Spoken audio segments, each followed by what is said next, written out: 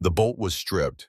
Of course it was stripped. In a universe of infinite complexity and boundless cosmic wonder, the one constant Chief Engineer Declan Rourke had identified across 11 years of deep space operations was this: the bolt you needed most was always the one some previous idiot had already ruined. He was elbow deep in the coolant recalibrator cheek pressed against a conduit that smelled like burnt rubber and regret. The temperature gauge on his wrist display ticked upward. 73% efficiency on the warp drive. Not critical. Not yet. But efficiency below 80% meant the jump to the nearest human outpost would take 11 days instead of 9, and Declan had opinions about wasting time. The wrench slipped. Again. He adjusted his grip, braced his shoulder against the housing, and applied torque with the careful precision of a man who'd learned the hard way that forcing things in microgravity environments led to consequences. The bolt caught. Held. Caught again. Third time. The Prometheus lurched, not the polite structural groan of thermal expansion, not the gentle roll of course corrections. This was something violent, something immediate, the kind of lurch that sent a wrench spinning across 40 meters of engine room to embed itself in the far bulkhead with a sound like a gunshot. Declan didn't move. Not yet. He finished tightening the bolt, felt it seat properly, extracted himself from the conduit housing with the unhurried calm of a man who'd survived 2 reactor near misses. One catastrophic hull breach in that incident with the methane pocket that turned an asteroid into a temporary moon. Panic was for amateurs. Engineers assessed. Then the alarms started screaming. 3 different tones, overlapping, hull stress, proximity alert, and the one that sounded like a dying cat, which was the radiation sensor. He'd been meaning to fix that last one for 6 months. It had a tendency to go off whenever someone microwaved fish in the crew mess. This time, he suspected it wasn't the fish. The engine room was a cathedral of controlled chaos. 40 meters of reactor housing conduit runs, magnetic containment arrays, and fabrication equipment crammed into a space that always smelled faintly of ozone and lubricant, and the particular despair of machinery pushed past its rated tolerances. Heat radiated from the warp core housing in visible waves. The deck plates vibrated at a frequency Declan felt in his back teeth. He loved it. It was the only place on the ship where the universe made sense, because here at least the rules were his rules. He pulled up the external sensor feed on his wrist display. His stomach did something complicated. 2 fleets. Massive. The tactical overlay was a nightmare of overlapping transponder signals. Port-side Drathvek destroyers. Their silhouettes like armored fists, brutal and angular and aggressively ugly, in the way that only ships designed by creatures who thought subtlety was a character flaw could be. He counted fast. 2,834 contacts. Starboard side, the Wevari swarm cluster. Hundreds of small contacts moving in eerie synchronized patterns like a murmuration of starlings, if the starlings were made of titanium and wanted you dead. 2,413 ships. Between them, 1 Eckhart-class mining vessel, the MSV Prometheus. 40,000 tons of industrial engineering equipment, 0 weapons, and 1 chief engineer whose day had just gotten significantly worse. Declan's earpiece crackled. Engine room, respond. Captain Helena Voss. Her voice had that particular quality, the one she used when something had gone catastrophically wrong, but she needed everyone to believe it was merely inconvenient. Declan had worked with her for 3 years. He knew the difference. He tapped his earpiece. I'm here. Tell me this is a sensor malfunction. It is not a sensor malfunction. A pause, the kind of pause that contained multitudes. We are currently positioned at the intersection of 2 active fleet engagements. The Drathvek hegemony and the Oivari compact have been contesting the Fawcett expanse for approximately 6 standard weeks. We were not informed because the war zone was not supposed to extend this far into the survey corridor. Supposed to, great word, very reassuring. Declan pulled up the broader tactical map. The Prometheus sat almost exactly equidistant between the 2 fleets, like a marble someone had dropped between 2 closing fists. The nearest human outpost was 11 days at maximum warp. Maximum warp, which was currently running at 73% efficiency because he'd been fixing the coolant system when the universe decided today was a good day for everything to go wrong at once. A Drathvek destroyer-class vessel has targeting sensors locked on us. Voss continued. I am currently broadcasting on all neutral party frequencies, invoking the Kethvin Convention on non-combatant vessels. Another pause. The nearest human outpost is 11 days at maximum warp, and our maximum warp is currently compromised because you were recalibrating the coolant system. I was fixing a strip bolt. Her voice dropped half a register. Declan? Just his name. That was how he knew it was bad. I need you to tell me the engine room is functional. The engine room is functional, which was mostly true. The warp drive was at 73% and climbing. The reactor was stable. The mining laser array had a cracked housing from some micrometeorite impact 2 weeks ago, but cracked wasn't destroyed.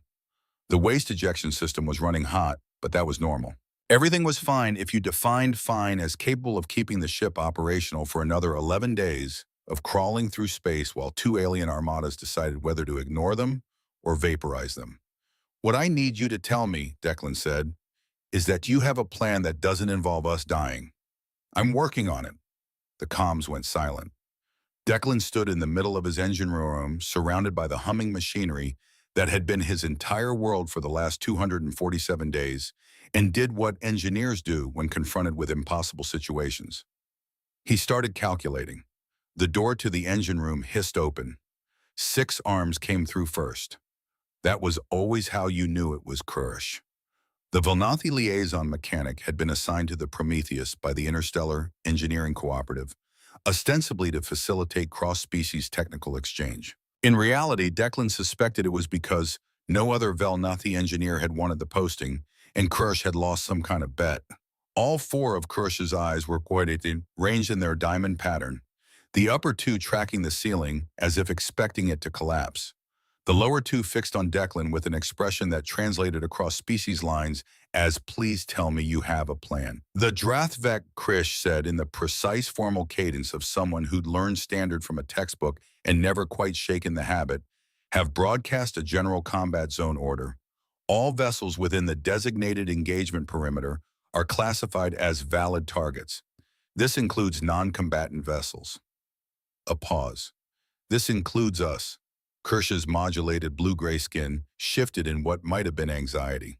The grinding teeth in the lower jaw worked slightly. What is the human protocol for imminent annihilation? Declan looked at him. We improvise. All 4 of Kirsch's eyes blinked in sequence, top to bottom. That is not a protocol. It's the only one we've got. The Prometheus shuddered again, harder this time. A rolling impact that started at the bow and traveled the length of the ship like a wave, not a shock wave from a distant explosion. Something closer, something aimed. The impact alarm joined the chorus, then the hull breach alarm. Then, because the universe had a sense of humor, the fish microwave alarm. Declan's wrist display lit up with damage reports. Mining laser array housing port side upper deck direct hit. Structural integrity at 78%. The port cargo bay was venting atmosphere through a crack in the outer hull plating. A thin silver stream of escaping air that would on the external cameras look almost beautiful if you didn't think about what it meant. From somewhere above him, through 2 decks of steel and insulation, he heard a sound that wasn't an alarm. A human sound. Brief. Cut off. He didn't let himself think about that yet. Declan, Voss again. And now there was something underneath the precision. Not fear exactly, the controlled compression of it, the sound of a person holding something very heavy, very carefully. The patrol frigate that fired on us is coming back around. Diplomatic channels are not producing results. The Drathvek commander's response to the Kethvin Convention invocation was, and I'm quoting here, anatomically improbable and involved my mother. A beat. We have approximately 20 minutes before someone decides we're worth the full ammunition expenditure. 20 minutes. Declan turned slowly in the engine room. His eyes moved across the space the way they always did when he was calculating. Not looking at things exactly. Cataloging them. The mining laser array. Cracked housing, but 2 of the 4 emitter heads still functional. Power coupling that ran directly to the ship's main bus. The warp core. 800 megawatts at full output. Currently running at 73% efficiency, but that number was climbing. The waste ejection system. High-pressure manifolds running along the starboard wall like the spine of something industrial and patient. Thermal processing chambers. Mass driver tubes designed to eject processed asteroid slag at sufficient velocity to clear the ship's operational radius. The fabrication bay. Dark now. Printers and lathes and plasma cutters waiting.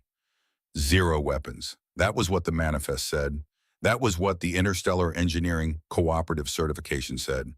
That was what every piece of paperwork associated with the MSV Prometheus said.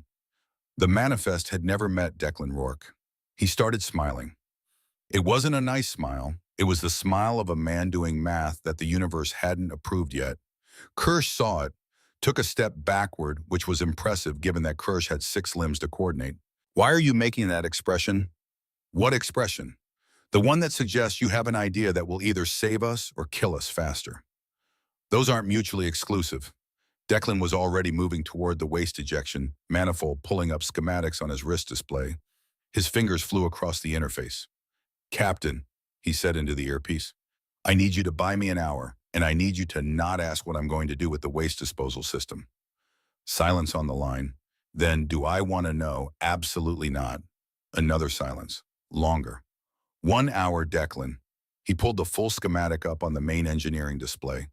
The complete layout of the Prometheus spread out before him like a puzzle. Every system, every conduit, every manifold and coupling and override. And he could see already the shape of the solution.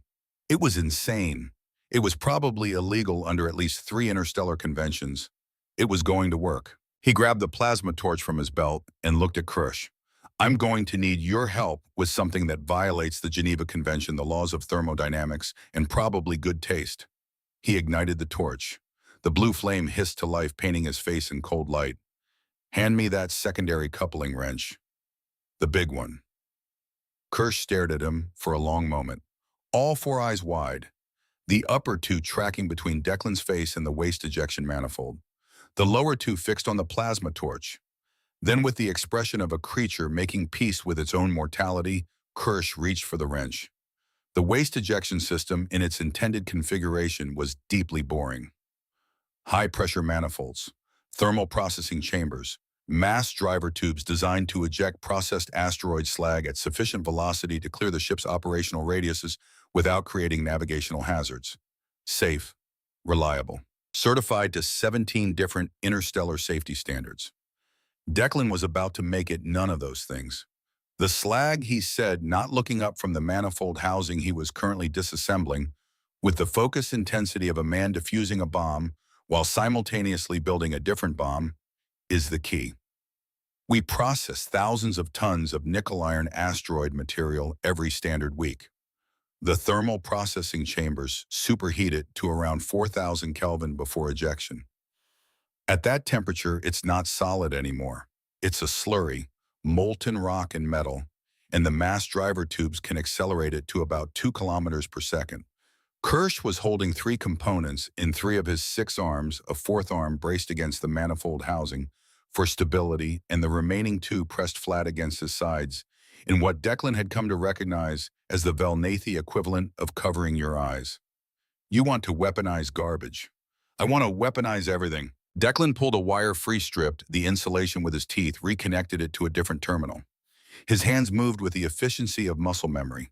11 years of deep space engineering, 2 degrees from MIT, and a childhood spent taking apart every piece of machinery his parents owned and occasionally remembering to put them back together. The Drathvek frigate shields are calibrated for energy weapons and kinetic torpedoes. Military-grade targeting, military-grade threat assessment. He looked up briefly. His eyes were bright. They have never in the history of their species had to think about what happens when someone fires a shotgun blast of 4,000 Kelvin molten rock at them, because no one has ever been insane enough to try them.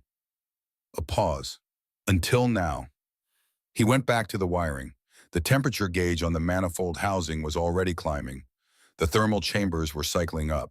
Somewhere in the bowels of the ship, processors were grinding asteroid material into the consistency of lava. The volume is the key. It's not one projectile. It's thousands, tens of thousands, each one small enough to slip through the gaps in a shield matrix that's looking for coherent energy beams or solid mass torpedoes. He paused, considering the tactical implications the way some people considered chess moves. They'll punch through sensor arrays, clog intake vents, melt hull plating. It's like being hit by a volcano, except the volcano is moving at 2 kilometers per second and doesn't care about your feelings. Kirsch was silent for a moment. Then, this violates 14 safety protocols. 14? I counted 17. I was being conservative.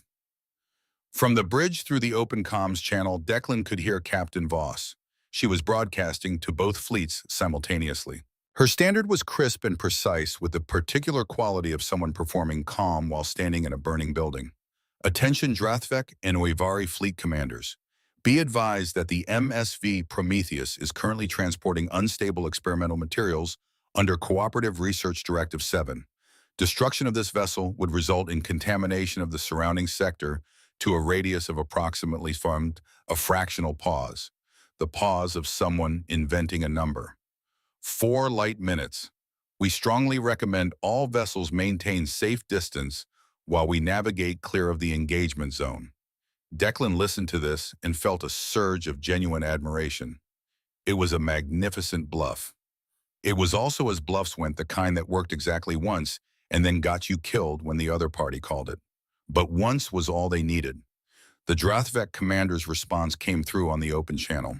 A sound like gravel in a cement mixer, which the translation matrix rendered as your contamination claim is noted and disregarded. You have 10 minutes to surrender your vessel or be destroyed. 10 minutes. Declan looked at the manifold, at the bypassed interlocks, at the rewired thermal couplings, at the jury-rigged interface that would let him fire 800 tons of superheated slag like a weapon instead of waste. Kirsch, he said, I need you to bypass the safety interlocks on the ejection manifold. How many interlocks? All of them. Kirsch's 4 eyes tracked to the safety manual mounted on the wall, a thick laminated document that Kirsch had clearly read multiple times and possibly slept with. All of them. Every single one. The silence stretched. Declan watched Kirsch's face, the way the modulated skin shifted, the grinding teeth working, the upper 2 eyes closing briefly in what might have been a prayer to whatever Velnathi engineers prayed to. Then Kirsch moved to the interlock panel and began with methodical precision, bypassing 14 safety systems designed to prevent exactly what Declan was about to do. "Why me?" Declan asked, genuinely curious. Kirsch didn't look up. "Because the alternative is dying with all safety protocols intact. That seems wasteful." Declan grinned. "Mema, there's hope for you yet." They worked in a rhythm that surprised Declan. Kirsch anticipated needs, passed components before Declan asked, held tolerances steady with 4 arms, while Declan welded with both hands. The Velnathi were meticulous engineers trained in protocols and procedures and the careful observation of safety margins. Declan was a chaos engine held together by coffee and spite, and a refusal to acknowledge that the universe had opinions about what was possible. Together, they were something else entirely. The modification took 43 minutes, not the hour Declan had asked for. 43 minutes because he'd been conservative in his estimate, and because Kirsch turned out to be faster than expected once the safety protocols stopped being a psychological obstacle and started being kindling. The result was ugly, a tangle of rewired conduits, bypassed interlocks, jury-rigged thermal couplings that would have given any certified engineer a stress-induced cardiac event. The manifold housing was running 15 degrees hotter than rated. The pressure gauge was pegged at the upper limit, and the interface Declan had cobbled together from spare parts and sheer stubbornness looked like something built by a particularly deranged artist. It was also Declan was fairly certain going to work. "Captain," he said into the earpiece, "I need the frigate on our port side." "It's already there." Voss's voice was tight, controlled. "It's charging weapons again." "Perfect." He pulled up the ejection system controls on the engineering panel.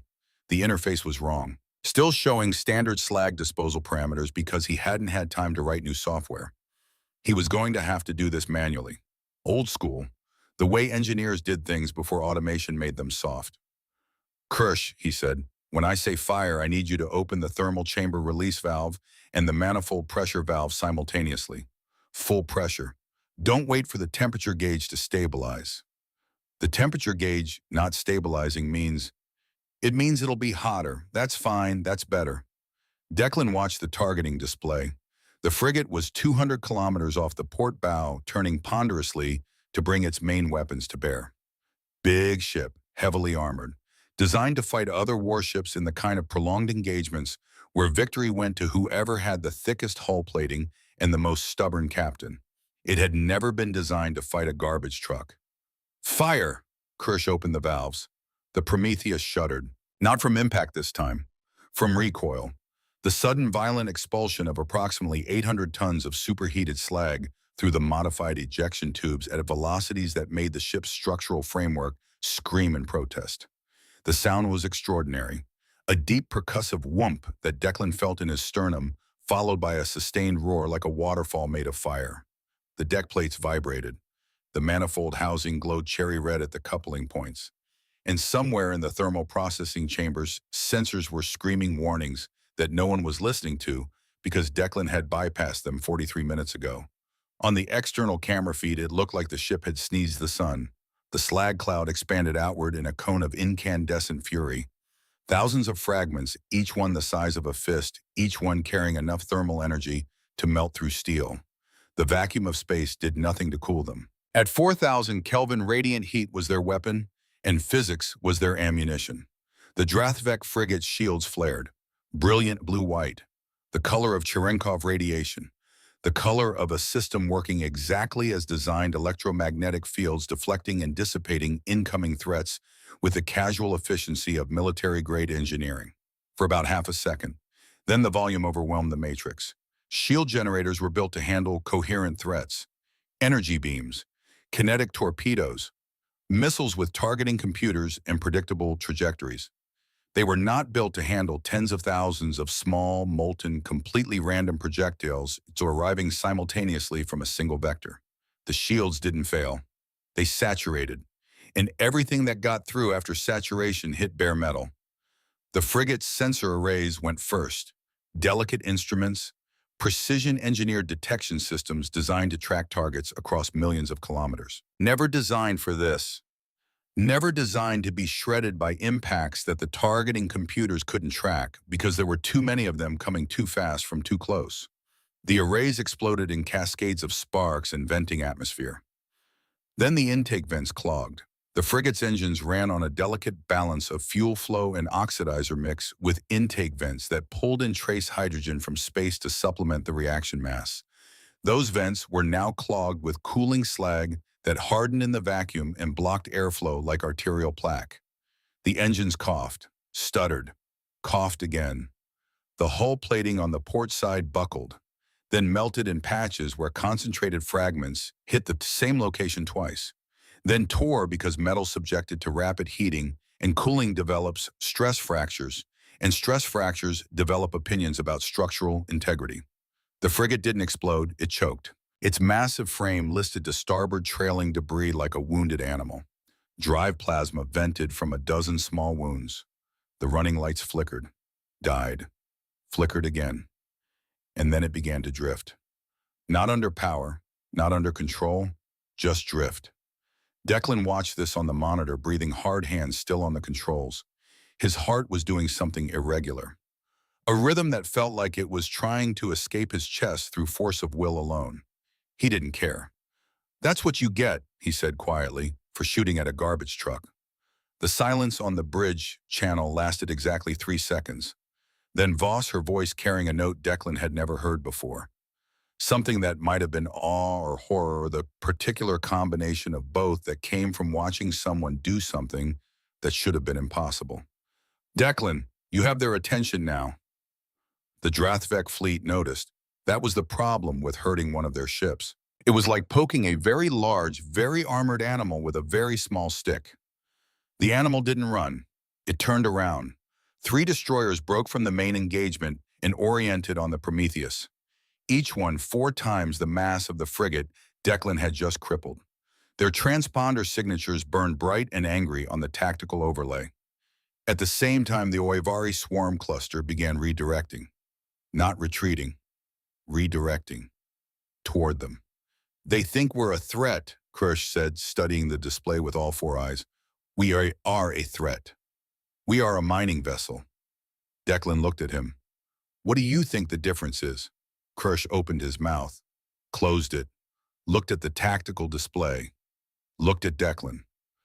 Currently, Kirsch said slowly, very little. The mining laser array was a mess. The housing had taken a direct hit in that first warning shot. The mounting brackets were warped. Two of the four emitter heads were cracked beyond repair. And the primary focusing assembly had sheared clean off, probably floating somewhere in space as a very expensive piece of debris. What remained was one functional emitter head, a secondary focusing assembly rated for asteroid-cutting operations, and a power coupling that connected directly to the ship's main bus. The main bus which also connected to the warp core. Declan stared at this for a long moment, doing math that made his eyes go slightly unfocused. The mining laser at standard operation drew about 40 megawatts from the ship's power systems, enough to cut through nickel-iron asteroids with the patient efficiency of industrial equipment. The warp core at full output could supply approximately 800 megawatts. The difference between those two numbers was the difference between a tool that cut rocks and something considerably more interesting. The problem was the focusing assembly. It was rated for 40 megawatts. At 800, it would melt. Eventually, the question was how long eventually took and whether he could build something to extend it. Fabrication bay, he said. I need lens components. Synthetic sapphire substrate if we have it. Thermal-resistant bonding compound. And I need you to hold the secondary assembly steady while I modify the power coupling. Kirsch was already moving toward the fabrication bay. How long do we have before the destroyers are in weapons range? 12 minutes. And the Oivari swarm? Maybe 20. And how long will this take? 11 minutes. Kirsch's four eyes blinked in sequence. That is not a comfortable margin. No, Declan agreed and started welding. They worked in the red emergency lighting, the fabrication bay printer running in the background, extruding lens components to Declan's hastily typed specifications. He was welding with one hand and adjusting parameters with the other, talking through the design as he built it. Not for Kirsch's benefit exactly, but because thinking out loud helped him catch errors. And errors here would mean either a weapon that didn't work or a weapon that worked too well in the wrong direction. The power coupling exploded at minute 7, not catastrophically, not the kind of explosion that ended conversations permanently, but enough, a pressure release, a spray of superheated coolant, and a fragment of coupling housing that caught Declan across the left forearm with enough force to open a 4-centimeter gash. He hissed, pulled back, looked at the wound with the detached assessment of a man who had been hurt before and had opinions about it. Blood, more than ideal, less than critical. The arm was still functional. You are injured, Kirsch said. I've noticed. Declan reached into his jumpsuit pocket, found a roll of electrical tape because electrical tape was the universal solution to problems both electrical and biological.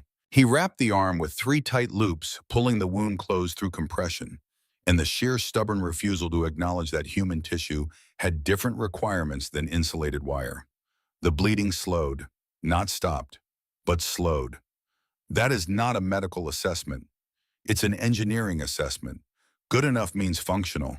He flexed the arm. Pain shot up to his elbow. He ignored it with the practice of someone who'd spent 11 years in deep space where the nearest doctor was usually 11 days away, and complaining about injuries was considered poor form. I'm functional. He went back to the coupling. Kirsch held the assembly. His 4 eyes kept tracking to Declan's arm, to the tape, to the slow dark stains spreading underneath it. He didn't say anything else. That Declan thought was growth. The Drathvek destroyers opened fire at minute 10. The Prometheus had mining-grade shields, electromagnetic deflectors designed to protect the hull from debris, impacts, and radiation during asteroid operations.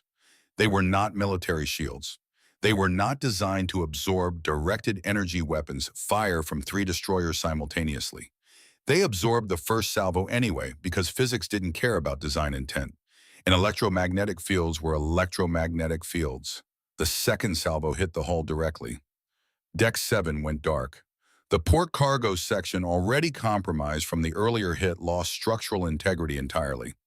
Declan heard the groan of metal giving way, felt it through the deck plates. A deep subsonic vibration that meant something large and important had just stopped existing in its original form. The damage reports updated. 2 more crew members. He didn't look at the names, couldn't afford to look at the names yet. Captain, he said, I need 30 seconds of clear line of sight on the lead destroyer. Working on it. Her voice was tight, controlled. The compression of fear so complete it had become something else. Something cold and precise and very, very focused. Through his earpiece, he could hear the bridge. Crew calling out vectors. Voss issuing corrections in clipped syllables, her voice carrying the precision of someone who'd spent 8 years commanding destroyers before she'd decided civilian life was less stressful. She'd been wrong about that. The Prometheus moved in ways it was never designed to move its massive industrial frame, responding to her inputs with the reluctant grace of a very large animal being asked to dance. But Voss flew it like a warship anyway because some instincts you never lost. She gave him his 30 seconds. Declan fired the modified mining laser. The beam that came out of the emitter head was not the focused, controlled cutting tool that had spent years slicing through nickel-iron asteroids with the patient efficiency of industrial machinery. It was something raw, angrier, fed by 800 megawatts of warp core output through a focusing assembly that was already beginning to glow at the edges, the synthetic sapphire substrate radiating heat in the infrared spectrum like a star about to go supernova. It was coherent light turned into a structural argument. The beam hit the lead Drathvek destroyer amidships. The destroyer's hull armor was rated for military-grade energy weapons, designed to withstand sustained bombardment from other capital ships. Layers of ablative plating and reactive compounds that dispersed energy across broad surface areas, turning killing blows into glancing strikes. It was not rated for this. The beam cut through the armor plating like it wasn't there, because at that power level, at that energy density, it essentially wasn't. Through the armor, through the interior compartments, through the far hull, out the other side, a perfectly straight line of superheated destruction that bisected the destroyer like a surgical incision performed by someone who didn't care about the patient's survival. The destroyer split, not cleanly. Nothing about it was clean. The two halves separated slowly at first, then faster as internal atmosphere vented in crystallizing clouds. As secondary explosions rippled through the engineering sections, as the reactor containment designed to handle the slow, controlled fusion that powered a warship suddenly found itself exposed to vacuum and hard radiation and the catastrophic failure of every safety system simultaneously. The reactor breach lit up the surrounding space in a brief, terrible bloom of blue-white light. The kind of light that represented enough energy to power a small city for a year, released in approximately 2 seconds. Krush watched this on the monitor, all 4 eyes wide, grinding teeth slightly parted. That was a mining tool. Everything's a mining tool, Declan said, already watching the lens assembly temperature gauge climb toward critical. If the thing you're mining is enemy morale. The Oivari hit them from the starboard side 30 seconds later. The swarm was different. Not 3 massive destroyers broadcasting their presence like angry gods, but hundreds of small ships, each one fast and maneuverable, coordinating with the eerie precision of a hive mind, because that was exactly what it was. They didn't attack in lines, didn't attack in formations. They attacked in patterns. Overlapping fields of fire that covered every angle, simultaneously probing for weaknesses with the methodical patience of something that didn't experience individual loss as loss. The slag cannon was wrong for this. Too slow to track individual targets. Too diffuse to concentrate fire on ships that moved like gnats and coordinated like neurons. The mining laser was wrong for this too. The lens assembly was already at 80% of its thermal limit, and the swarm ships were too small, too fast for a beam weapon to track effectively. The Prometheus took hit after hit, each one small, each one precise, each one aimed at a system rather than the hull. The Ovari were trying to disable, not destroy, which meant they wanted the ship intact, which meant they wanted something. And that thought was somehow more frightening than simple destruction. Smoke in the corridors now, the ventilation system struggling. The lights on Deck 3 had gone entirely. The emergency lighting on Deck 5 was flickering in a pattern that suggested the power coupling there was about to fail in the same spectacular fashion as the one that had decorated Declan's arm with electrical tape. He moved through the engine room in the red, half-dark rerouting, power-patching conduits, keeping the reactor stable through sheer force of will and a detailed knowledge of which systems could be sacrificed and which ones couldn't. His arm had stopped hurting. That was either good news or very bad news, and he didn't have time to determine which. Declan, Voss's voice. And there it was, the thing he'd never heard before. In 3 years of working with her, in 11 years of deep space engineering, in a career that had included 2 reactor near misses, 1 catastrophic hull breach, and the time a mining laser had accidentally ignited a methane pocket in an asteroid and turned it into a temporary small moon. He'd never heard this in her voice. Hull integrity is at 31%. We've lost shields entirely. I have 3 Wavari swarm ships locked on our reactor housing, and I am out of maneuvers. Declan was already looking at the warp drive. The warp core housing dominated the aft section of the engine room, a cylinder 3 meters in diameter and 12 meters long, wrapped in magnetic containment coils and thermal shielding, humming at a frequency that Declan felt in his bones. It was the one system he hadn't touched. He'd thought about this before. Every engineer had. Late-night discussions in the academy about theoretical applications nobody was supposed to talk about. The cooperative called it academic curiosity. Declan called it the day someone really pisses us off. Humans didn't prepare for war the way other species did. They didn't stockpile weapons or train standing armies for deep space. They just made sure that when the time came, every tool could become something else. Every system had a backup mode that the manual didn't mention. The calculations had been waiting in the back of his head for 11 years. He just never thought he'd need them. Until now. No, Kirsch said. Yes. That is not. Kirsch stopped. Start it again. You cannot weaponize a warp drive. Declan was already moving toward the housing pulling panels, exposing the containment coil architecture underneath. His hands were shaking. Not from fear. From the particular electric excitement of a man who had just seen the solution to a problem that everyone else thought was unsolvable. The warp field doesn't move the ship, he said, pulling a panel free and setting it aside. Not really. What it does is create a region of compressed space-time ahead of the ship and expanded space-time behind it. The ship falls into the compression. That's all warp travel is. Controlled space-time distortion. He looked at the coil architecture, at the field geometry controls, at the containment parameters. What happens if the field isn't controlled? What happens if you create the distortion without the directionality, without the containment? Kirsch was very still. The tidal forces, Kirsch said slowly, at the boundary of an uncontained warp field gradient would be catastrophic for anything caught in them. Yes, Declan started pulling the containment geometry controls. I'm not building a weapon. I'm building a phenomenon. Kirsch looked at him for a long moment, then quietly. This will destroy the warp drive. Yes. We will be stranded. We'll be alive, Declan turned, which is better than the alternative. Another long moment. Then Kirsch moved to the opposite side of the housing and began with 6 arms and the focused precision of a very good engineer who had recently stopped caring about safety protocols helping him pull panels. Declan called the bridge. Captain, I need exactly 4 minutes, and then I need you to point us directly at the center of both fleets. Silence, then both fleets. A pause that contained Declan suspected a very large number of thoughts that Voss was choosing not to say out loud. 4 minutes, Declan. He looked at the exposed warp core, at the containment coils, at the field geometry controls that he was about to rewire into something that had never existed before and probably shouldn't exist now. He was covered in blood. Some his, some from crew members he'd helped move through the corridors when the port cargo section collapsed. Grease, burn marks, the particular grime of a man who had been fighting a war with a toolbox.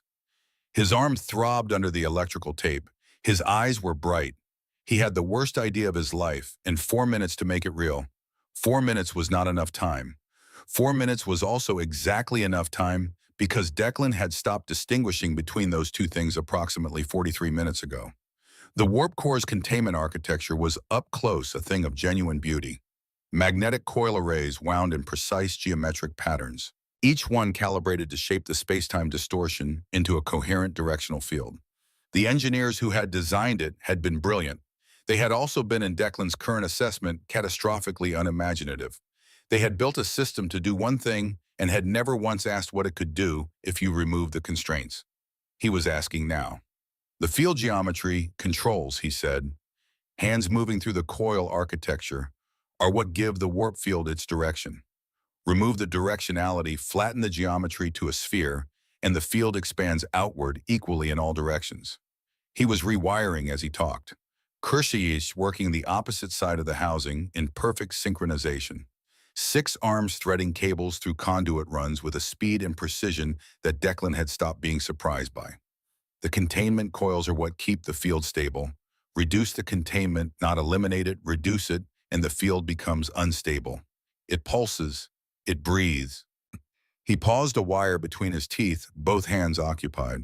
An unstable spherical warp field pulsing outward from the Prometheus as the center point will create a space-time gradient at its boundary.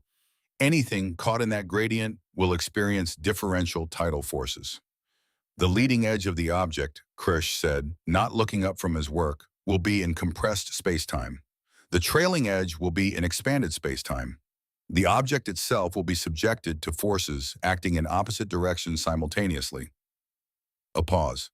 At sufficient field strength, this would exceed the tensile limits of any known material.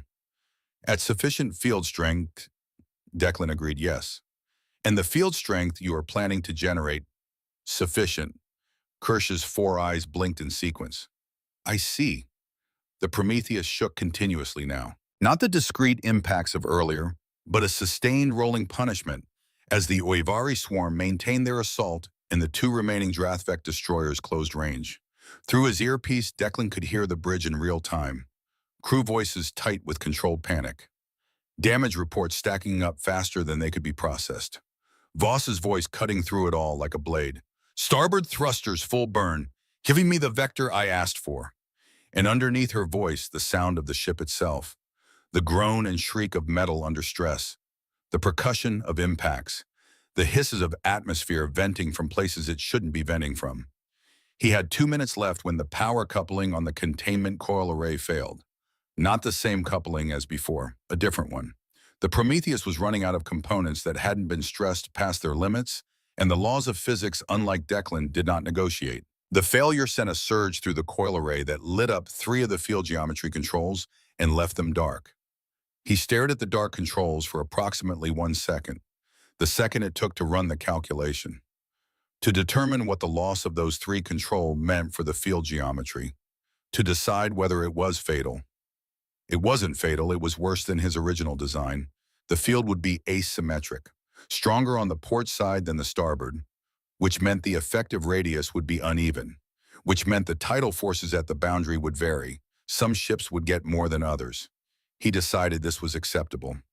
Kirsch, he said, I need you to manually hold the secondary containment coil in the open position when I activate the field.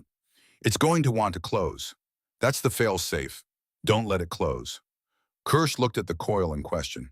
It was approximately the size of a large dog, wrapped in superconducting wire currently sitting in a housing that was radiating heat at a level that made the air above it shimmer.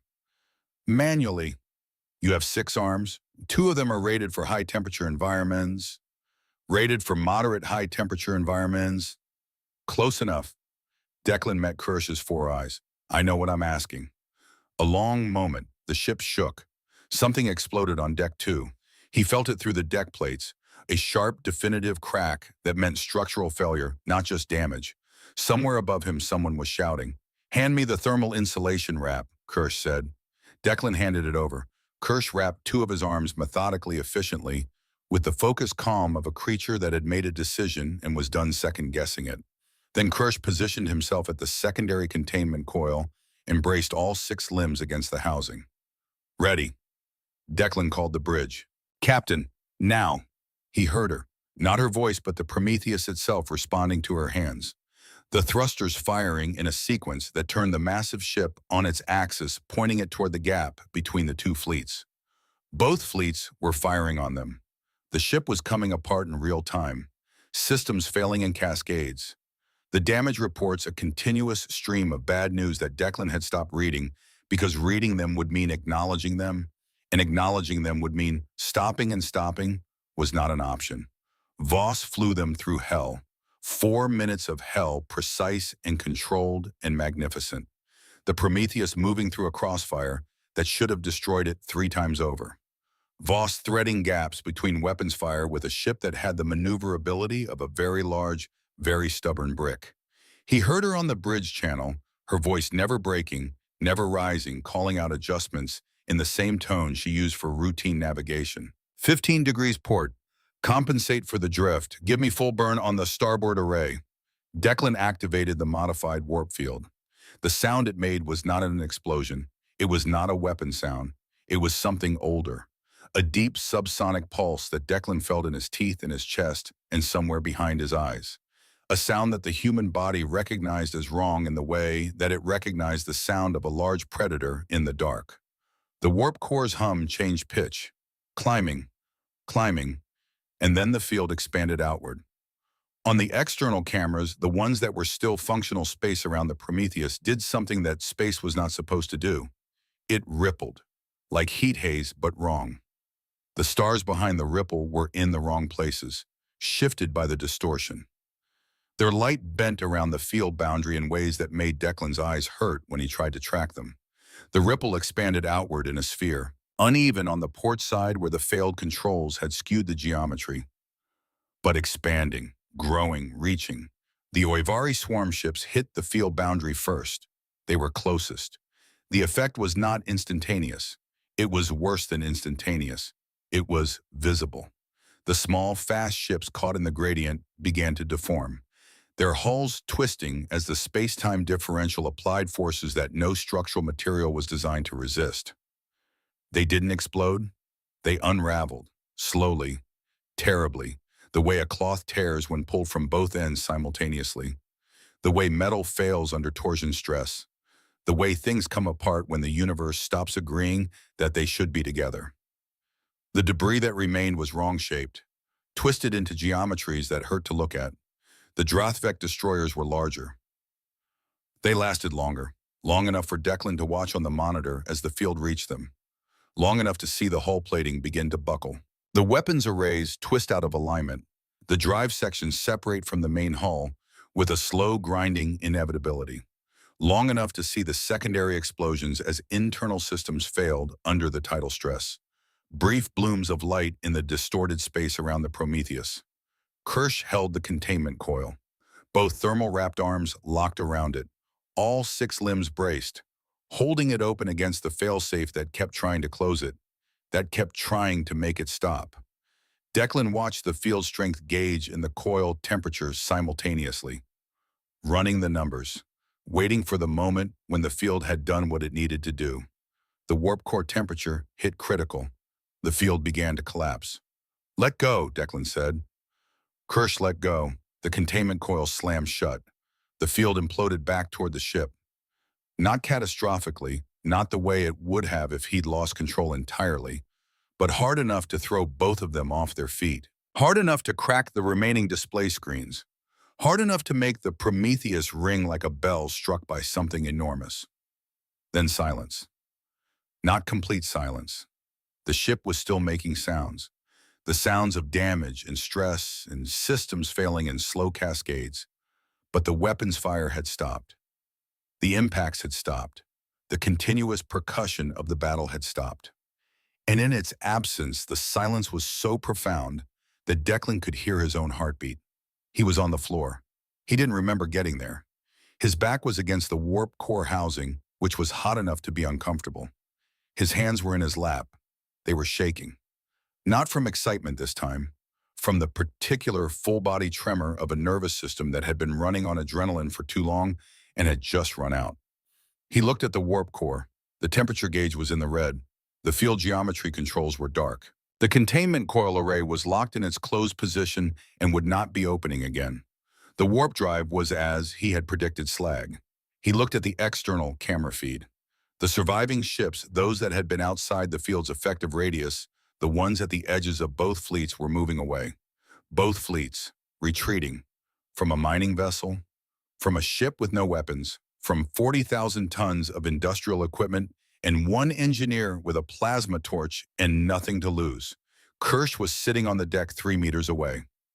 all 6 arms limp at his sides, the thermal insulation wrap on 2 of them scorched and partially melted, all 4 eyes open, staring at the camera feed. His expression was the expression of a creature that had witnessed something it did not have a category for. "That was a warp drive," Kirsch said very quietly. Declan laughed. It came out wrong, shaky and high and slightly hysterical. The laughter of a man who had just arm-wrestled the laws of physics and was still processing the fact that he'd won. It wasn't triumphant laughter. It was the laughter of someone who had been genuinely, completely certain they were going to die and had been wrong.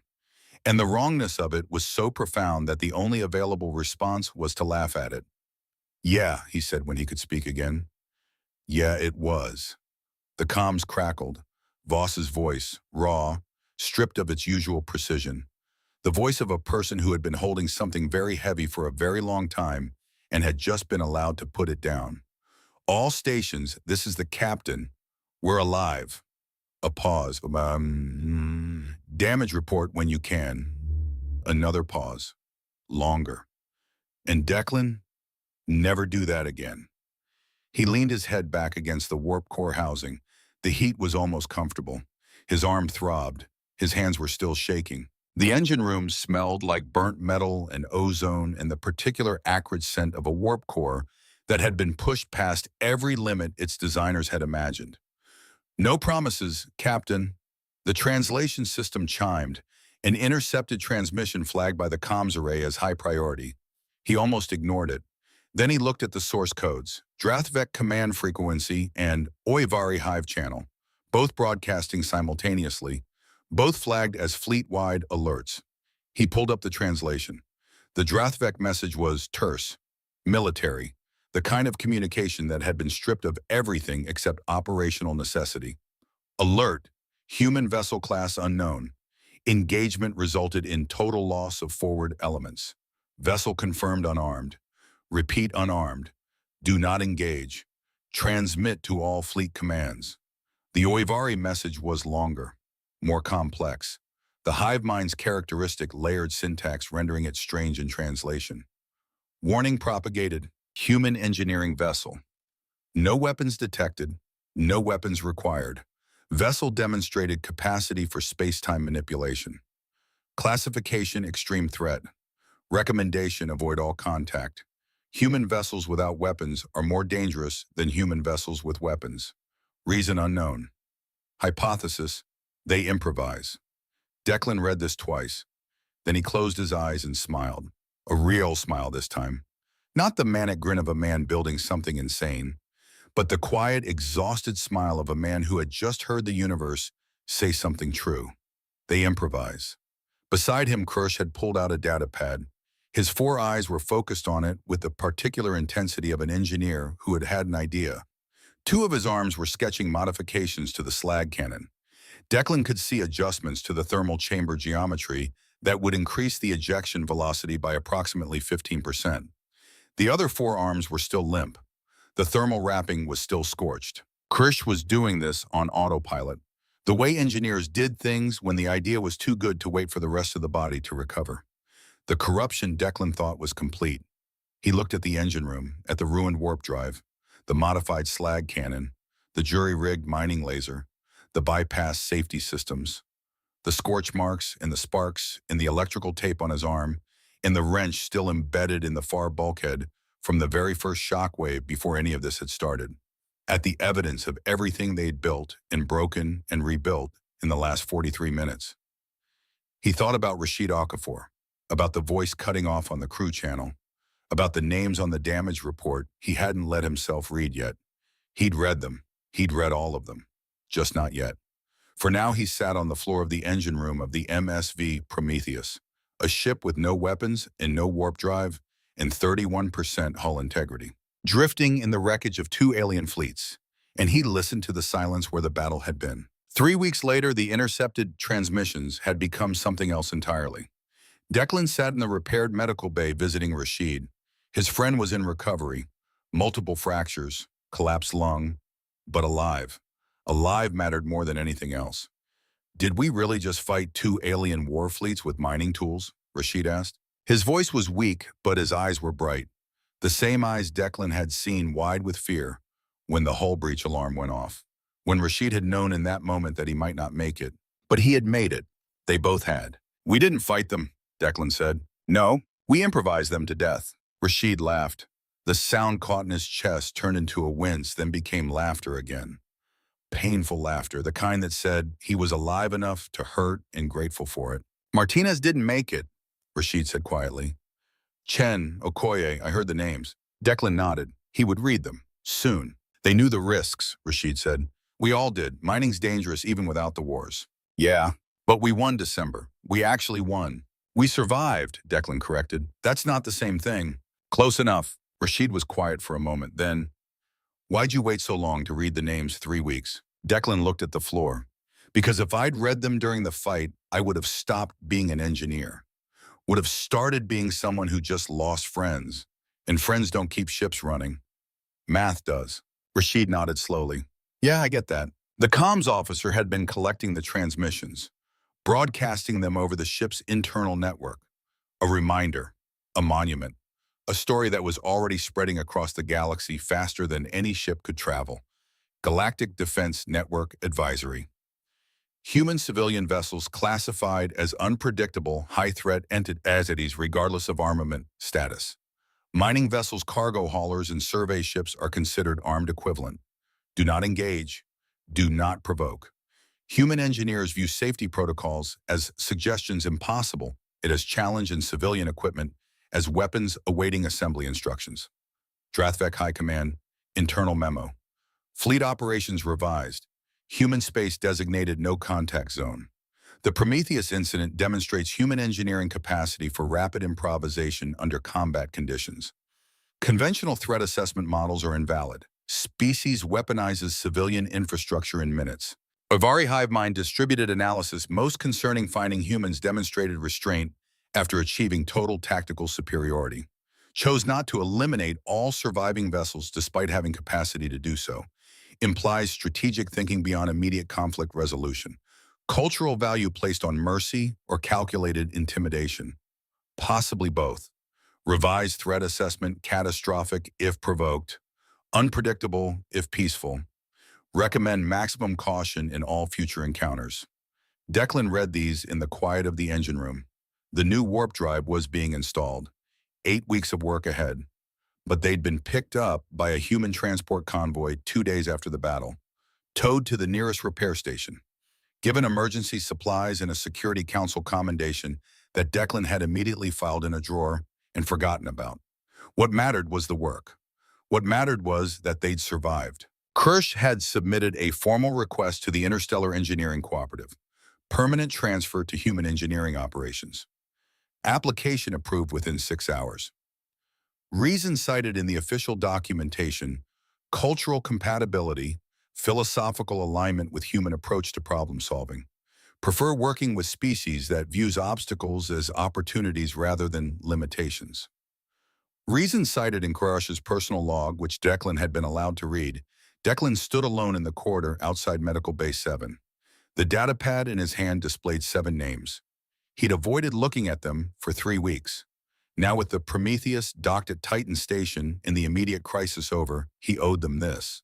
Rashid had asked him earlier why he'd waited. Because Declan had said, if I read them during the fight, I'd stop thinking like an engineer. I'd start thinking like someone who just lost friends. And friends don't keep you alive when the ship's coming apart. Math does. He read the names now, slowly. Each one a person he'd shared meals with, argued with about thruster efficiency, nodded to in the corridors during shift changes. 7 names, 43 minutes. The first number was fixed. The second was the cost. He would carry both for the rest of his life. Professor Sarah Castellanos had commissioned it personally. When they tell you it can't be done, they're really just saying they don't know how you're going to do it yet. Declan Rourke, MSV Prometheus. Incident 2114.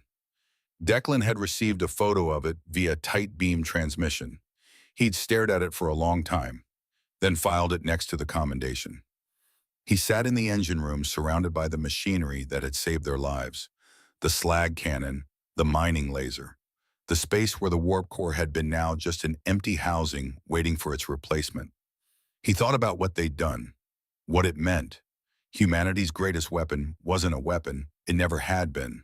It was the look in an engineer's eye when you told him something was impossible.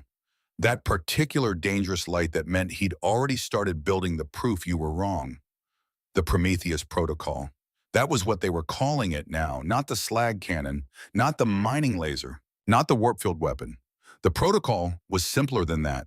When someone threatens your home, you use everything you have. Your tools, your training, your creativity. And when you win, if you win, you show them mercy. Not because you're weak, but because you want them to remember what you chose not to do. 43 minutes to rewrite galactic warfare doctrine. 43 minutes to prove that unarmed doesn't mean harmless. 43 minutes for two engineers, one plasma torch, and absolutely nothing to lose to teach two empires the most important lesson in military history. Never corner the species that turned rocks into spaceships. Because when you do, you'll learn exactly what else they can turn into weapons. And if you survive that lesson, you'll spend the rest of your existence wondering what they'll improvise next. Declan closed his eyes. His hands had finally stopped shaking. In the darkness behind his eyelids, he could still see it. The warp field expanding, space rippling, ships coming apart at the seams. The moment when physics bent to human stubbornness and three safety protocols became 17, and 17 became 0, and 0 became victory. They came looking for easy prey. They found engineers. In hindsight, they should have brought more ships.